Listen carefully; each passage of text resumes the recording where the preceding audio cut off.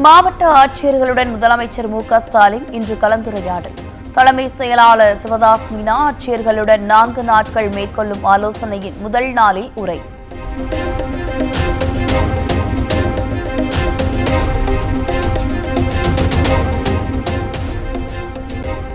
மத்தியில் புதிதாக பொறுப்பேற்ற அமைச்சர்களுக்கான இலாகாக்கள் ஒதுக்கீடு.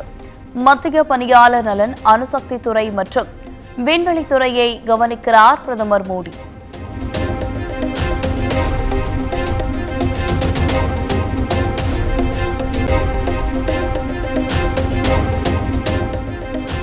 மத்திய சுற்றுச்சூழல், வனத்துறை, காலநிலை மாற்றத்துறை அமைச்சராக பொறுப்பேற்றார் பூபேந்திர யாதவ். மத்திய தகவல் ஒலிபரப்புத்துறை அமைச்சராக பொறுப்பேற்றார் அஸ்வினி வைஷ்ணவுக்கு எல் முருகன் பூங்கொத்து கொடுத்து வாழ்த்து.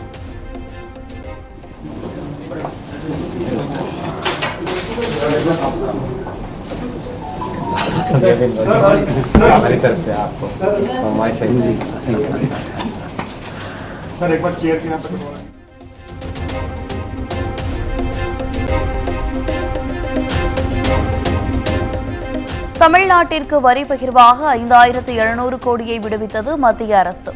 அதிகபட்சமாக உத்தரப்பிரதேசத்திற்கு 25,069 கோடி வழங்கப்பட்டுள்ளது.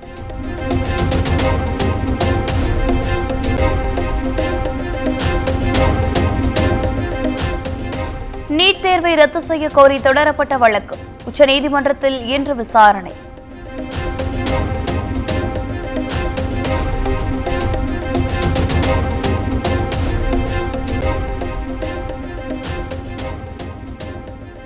நீட் தேர்வில் ஏற்பட்ட குளறுபடிகளை கண்டித்து தமிழக காங்கிரஸ் கட்சி இன்று ஆர்ப்பாட்டம். சென்னை வள்ளுவர் கோட்டத்தில் மாநில தலைவர் செல்வ பெருந்தகை தலைமையில் நடைபெறும் என அறிவிப்பு.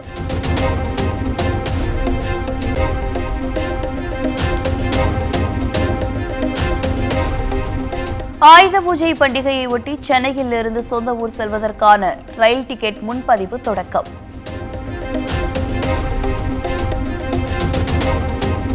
அக்டோபர் 11, 12, 13ஆம் தேதிகளில் ஊருக்கு செல்ல பொதுமக்கள் ஆர்வத்துடன் முன்பதிவு.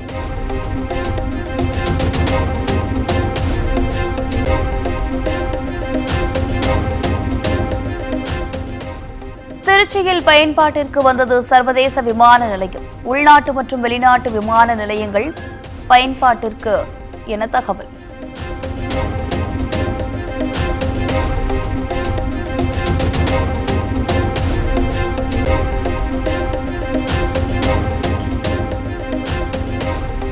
இன்று முதல் திருச்சி சர்வதேச விமான நிலையம் பயன்பாட்டிற்கு வருவதன் எதிரொலி சென்னையிலிருந்து சென்ற இண்டிகோ விமானத்தின் மீது தண்ணீர் பீச்சி அடித்து வரவேற்பு.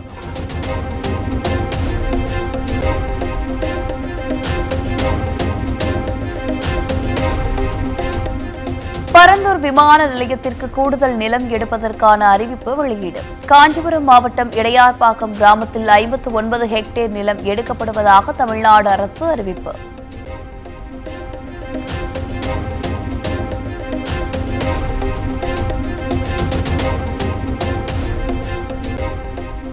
தமிழகத்தில் புதிய ரேஷன் கார்டுகள் வழங்கும் பணிகள் தொடக்கம். 2 லட்சம் ரேஷன் கார்டுகள் வழங்கப்பட உள்ளதாக உணவுப் பொருள் வழங்கல் துறை தகவல்.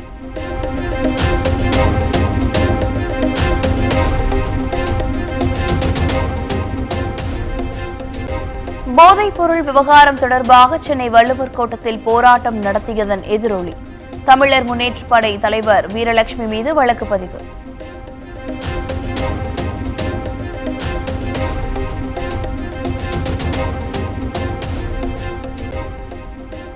ராமநாதபுரத்தை ஒட்டிய கடலோர பகுதிகளில் எழும் ராட்சத அலைகள். 14ஆம் தேதி வரை மீனவர்கள் கடலுக்கு செல்ல வேண்டாம் என ஆட்சியர் எச்சரிக்கை.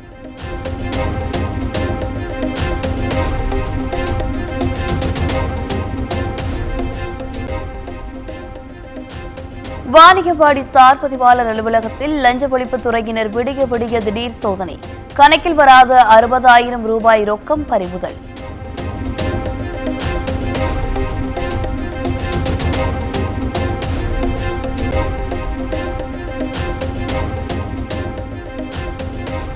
மயிலாடுதுறை மாவட்டம் மகாமாரியம்மன் கோவிலின் 46வது தீமிதி திருவிழா. குழந்தைகளை தூக்கிக் கொண்டும் பெண்கள் பங்கேற்றும் தீமிதி விழா கோலாகலம்.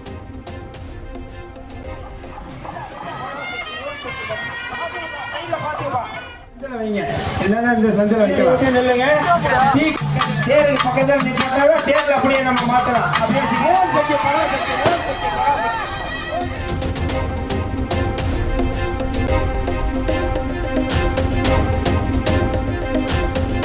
எம்பியாக வெற்றி பெற்ற உத்தரப்பிரதேசத்தின் ரேபரேலி தொகுதிக்கு ராகுல் காந்தி இன்று பயணம்.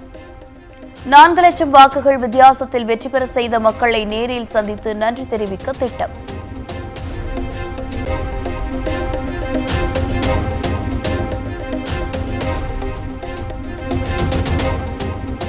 பாஜகவினர் தேர்தலுக்காக கச்சத்தீவு நாடகத்தை அரங்கேற்றியதாக காங்கிரஸ் பொதுச் செயலாளர் ஜெயராம் ரமேஷ் குற்றச்சாட்டு. பிரதமரின் பதவியேற்பு விழாவில் இலங்கை அதிபர் ரணில் விக்ரமசிங்கே பங்கேற்றதை சுட்டிக்காட்டி விமர்சனம்.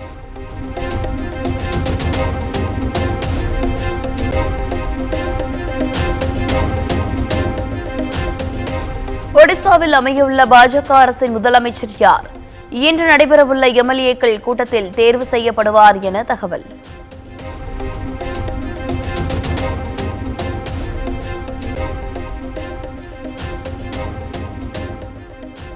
ஜெருசலேமில் இஸ்ரேல் பிரதமர் நெதன்யாகுவை சந்தித்து பேசிய அமெரிக்க வெளியுறவுத்துறை அமைச்சர் ஆண்டனி பிளிங்கன், காசா முழுவதும் மனிதாபிமான உதவிகளை வழங்குவது தொடர்பாக பேச்சுவார்த்தை என அறிக்கை வெளியீடு.